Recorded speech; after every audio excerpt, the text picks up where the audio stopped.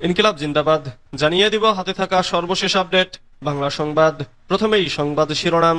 সবাই মিলে ভোটের অধিকার প্রতিষ্ঠা করতে হবে বলেছেন খালেদা জিয়া। এরপর জানিয়ে দিব বাংলাদেশের বিরুদ্ধে কোনো ষড়যন্ত্রই আর টিকবে না বলেছেন ফয়েজ আহমদ। এদিকে দেশকে অস্থিতিশীল করার চেষ্টা হলে সরকার অবশ্যই হার্ডলাইনে যাবে বলেছেন মাহফুজ আলম। আরো জানিয়ে দিব বৃহস্পতিবার থাইল্যান্ড যাচ্ছেন প্রধান উপদেষ্টা। সর্বশেষ জানিয়ে দিব ঈদ মিছিলে মূর্তিবাদী সংস্কৃতি ঢোকানোর তীব্র নিন্দা হেফাজতে ইসলামের। এতক্ষণ শুনছিলেন সংবাদ শিরোনাম, এবারে বিস্তারিত। তবে অনুরোধ থাকবে ভিডিওটিতে একটি লাইক করবেন এবং কমেন্ট করে জানিয়ে দিবেন কোন জেলা থেকে আপনি আমাদের এই ভিডিওটি দেখছেন। সবাই মিলে ভোটের অধিকার প্রতিষ্ঠা করতে হবে বলেছেন খালেদা জিয়া। বিএনপির চেয়ারপারসন বেগম খালেদা জিয়া দলের নেতাদের উদ্দেশ্যে বলেছেন, আগামীতে গণতন্ত্র প্রতিষ্ঠায় সবাইকে ঐক্যবদ্ধ থাকতে হবে, সবাই মিলে ভোটের অধিকার প্রতিষ্ঠা করতে হবে। সোমবার ঈদের দিন রাত 9টায় গুলশানে বিএনপি চেয়ারপারসনের রাজনৈতিক কার্যালয়ে পবিত্র ঈদুল ফিতর ও মহান স্বাধীনতা দিবস উপলক্ষে দলের সিনিয়র নেতাদের সঙ্গে শুভেচ্ছা বিনিময় অনুষ্ঠানে লন্ডন থেকে ভার্চুয়ালি যুক্ত হয়ে তিনি এসব কথা বলেন। অনুষ্ঠানে আরো যুক্ত ছিলেন দলের ভারপ্রাপ্ত চেয়ারম্যান তারেক রহমান। খালেদা জিয়া বলেছেন, একে অপরকে সহযোগিতা করতে হবে, সবাই মিলে ভোটের অধিকার প্রতিষ্ঠা করতে হবে।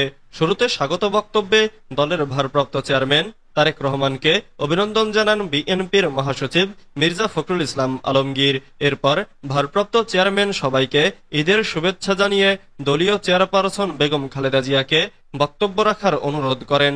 সবার উদ্দেশ্যে বিএনপি চেয়ারপারসন বলেন, আপনাদের এত ত্যাগ ও সংগ্রাম বৃথা যায়নি এবং যাবে না। দেশবাসীর ভোটাধিকার সবাই মিলে প্রতিষ্ঠা করতে হবে। তিনি দেশবাসীকে ঈদের শুভেচ্ছা জানান। দীর্ঘদিন পর সবাইকে এভাবে পেয়ে আবেগ আপ্লুত হয়ে পড়েন তিনি। এ সময় আগামীর পথ চলায় দেশবাসীর দোয়া ও আল্লাহর সাহায্য কামনা করেন। অনুষ্ঠানে সঞ্চালনায় ছিলেন বিএনপির প্রচার সম্পাদক সুলতান সালাউদ্দিন টুকু। শুভেচ্ছা বিনিময় অনুষ্ঠানে আরও অংশগ্রহণ করেন বিএনপি মহাসচিব মির্জা ফখরুল ইসলাম আলমগীর, স্থানীয় কমিটির সদস্য ডক্টর খন্দকার মোশাররফ হোসেন, মির্জা আব্বাস, নজরুল ইসলাম খান সহ আরো অনেকে। বাংলাদেশের বিরুদ্ধে কোনো ষড়যন্ত্রই আর টিকবে না বলেছেন ফয়েজ আহমদ।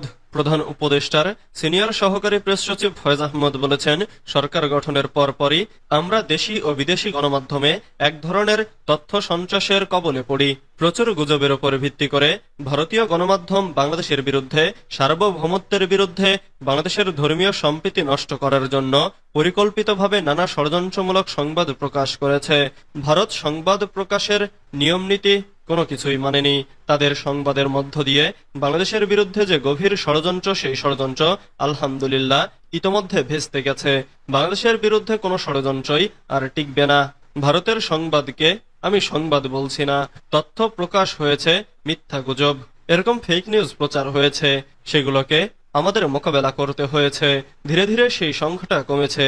এই সংখ্যাটা মিথ্যা এবং গুজব। দেশি অথবা বিদেশি গণমাধ্যমে, বিশেষ করে বিদেশি গণমাধ্যমে এসব খবর কমে আসার ক্ষেত্রে সবচেয়ে বেশি ভূমিকা রেখেছে মফস্বলের সাংবাদিকরা। আপনাদের দায়িত্বশীল সাংবাদিকতা বাংলাদেশের সার্বভৌমত্ব রক্ষা করার জন্য বড় ধরনের ভূমিকা রেখেছে। দেশকে অস্থিতিশীল করার চেষ্টা হলে সরকার অবশ্যই হার্ডলাইনে যাবে। তথ্য ও সম্প্রচার উপদেষ্টা মাহফুজ আলম বলেছেন, দেশকে অস্থিতিশীল করার চেষ্টা করলে সরকার হার্ডলাইনে যাবে। দেশের নৈরাজ্য সৃষ্টি করার জন্য কাউকে সুযোগ দেওয়া হবে না। নিউ ইয়র্ক টাইমসের প্রতিবেদনে বলা হয়েছে, বাংলাদেশের চরমপন্থার সুযোগ তৈরি হয়েছে। এ সুযোগ কাউকে নিতে দেওয়া হবে না। আমরা চেষ্টা করব বাংলাদেশের কোনো রাজনৈতিক ও ধর্মীয় উগ্রপন্থা যেন মাথাচাড়া দিতে না পারে। নির্বাচনের মাধ্যমে যেন গণতান্ত্রিক রূপান্তরের ভূমিকা রাখতে পারি। যদি আলোচনা এবং সতর্কতায় কাজ না হয়, তাহলে কঠোর হস্তে দমন করা হবে। কোনোভাবেই চরমপন্থাকে দেশে সুযোগ দেওয়া হবে না। বুধবার কুমিল্লার সদর দক্ষিণ উপজেলার উত্তর রামপুর গ্রামে শহীদ মাসুম মিয়ার কবর জিয়ারত ও পরিবারের সঙ্গে সাক্ষাৎ শেষে সাংবাদিকদের তিনি এসব কথা বলেন। উপদেষ্টা বলেন, শহীদদের চেতনা যেন বাংলাদেশের জনগণ ধারণ করে। আমরা চেষ্টা করব গণঅভ্যুত্থানে শহীদদের বিচার কাজ শেষ করে যেতে। শহীদদের আকাঙ্ক্ষার বাংলাদেশ বিনির্মাণে এ সরকারের চেষ্টা আছে, জনগণ এটার সাথে আছে। আমরা বিশ্বাস করি এই চেতনার সাথে রাজনৈতিক দলের সদিচ্ছা প্রকাশ করলে আমরা একটি নতুন বাংলাদেশ গঠন করব। গণমাধ্যমের সংস্কার প্রসঙ্গে তিনি বলেন, যতদিন আছি আমরা চাইব গণমাধ্যমের একটি গুণগত সংস্কারের জন্য। গণমাধ্যম সংস্কার কমিশনের পর্যালোচনা ও প্রস্তাবনায় মশফল ও কেন্দ্র নিয়ে বিস্তারিত বর্ণনা আছে। এ সময় উপস্থিত ছিলেন পুলিশ সুপার মোহাম্মদ নাজির আহমেদ খান, বাংলাদেশ নাগরিক পার্টির কেন্দ্রীয় যুগ্ম সদস্য সচিব জয়নাল আবেদিন শিশির সহ আরো অনেকে। বৃহস্পতিবার থাইল্যান্ড যাচ্ছেন প্রধান উপদেষ্টা। দক্ষিণ এশিয়ার শীর্ষ নেতাদের অংশগ্রহণে থাইল্যান্ডে বিমস্টেকের ষষ্ঠ শীর্ষ সম্মেলনে যোগ দিতে বৃহস্পতিবার ৩ এপ্রিল ব্যাংকক যাচ্ছেন অন্তর্বর্তীকালীন সরকারের প্রধান উপদেষ্টা ডক্টর মোহাম্মদ ইউনূস। এই সফরে প্রধান উপদেষ্টার সফর সঙ্গী হবেন পররাষ্ট্র উপদেষ্টা মোহাম্মদ তৌহিদ হোসেন এবং পররাষ্ট্র সচিব মোহাম্মদ জসিমউদ্দিন। এর আগে গত ২৫ মার্চ পররাষ্ট্র সচিব এম জসিমউদ্দিন জানান, আগামী ৪ এপ্রিল থাইল্যান্ডের রাজধানী ব্যাংককে ষষ্ঠ বিমস্টেক শীর্ষ সম্মেলন অনুষ্ঠিত হবে।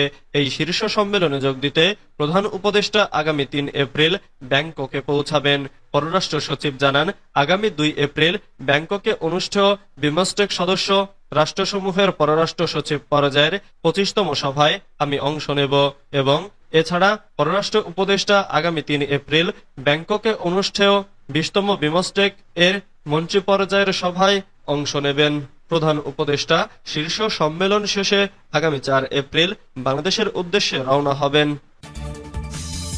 ঈদ মিছিলে মূর্তিবাদী সংস্কৃতি ঢোকানোর তীব্র নিন্দা হেফাজতে ইসলামের।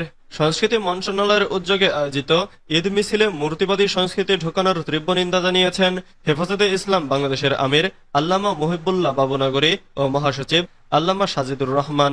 মঙ্গলবার রাতে সংগঠনের কেন্দ্রীয় যুগ্ম মহাসচিব মাওলানা আজিজুল হক ইসলামবাদী গণমাধ্যমে প্রেরিত এক যৌথ বিবৃতিতে এমন তীব্র নিন্দা জানিয়েছেন।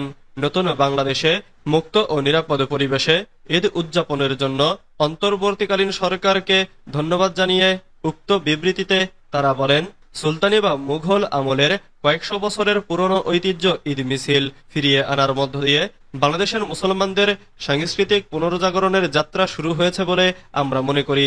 সারা দেশে শিশু কিশোর সহ সাধারণ মানুষের অংশগ্রহণে ব্যাপক সাড়া ফেলেছে ঈদ মিছিল।